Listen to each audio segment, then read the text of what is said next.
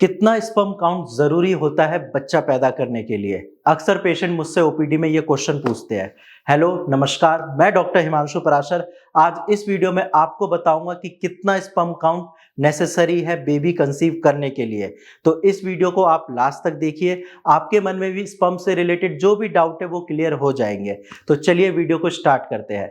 देखो, according to WHO, अगर आपका स्पर्म काउंट 15 मिलियन पर ml से ज्यादा है तो आप फादर बन सकते हैं। लेकिन इसके साथ साथ कुछ और क्राइटेरियाज होते हैं, जैसे कि स्पर्म की मोटिलिटी कैसी है, स्पर्म की मॉर्फोलॉजी कैसी है। अगर हम सिंपल लैंग्वेज में समझे, मोटिलिटी मतलब स्पर्म की मूवमेंट कितनी है। जब आप अपने पार्टनर के साथ संबंध बनाते हैं, जब आप स्पर्म को इजैकुलेट करते हैं फीमेल वजाइना के अंदर, तो वो किस स्पीड से आगे की तरफ जाता है फीमेल एग को फर्टिलाइज करने के लिए, इसको हम स्पर्म की मोटिलिटी बोलते हैं। वहीं अगर हम स्पर्म की मॉर्फोलॉजी की बात करें तो स्पर्म का स्ट्रक्चर, यानी कि स्पर्म में जो हेड होता है, जो नेक है, जो मिडिल पीस है और जो टेल है, इन सारी चीजों का नॉर्मल होना भी बहुत जरूरी है।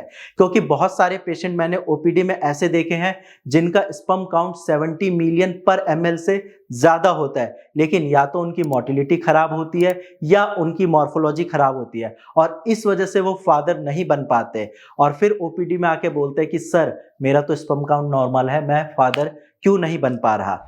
ऐसा इसीलिए होता है कि स्पर्म की क्वांटिटी तो ठीक होती है बट उसकी क्वालिटी खराब हो जाती है।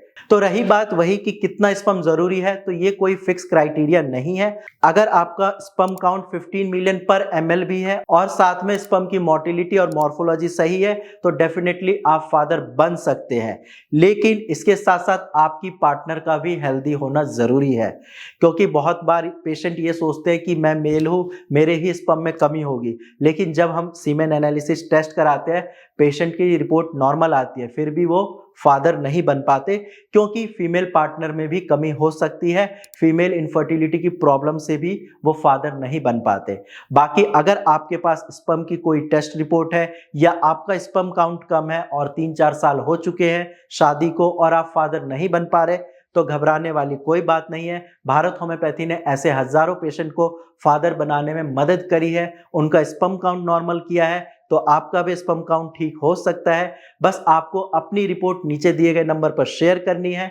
मेरी टीम आपका अच्छे से फॉलो अप लेगी और आपको अच्छे से गाइड भी कर देगी, ताकि आप फ्यूचर में फादर बन पाए। आज की वीडियो में इतना ही, धन्यवाद।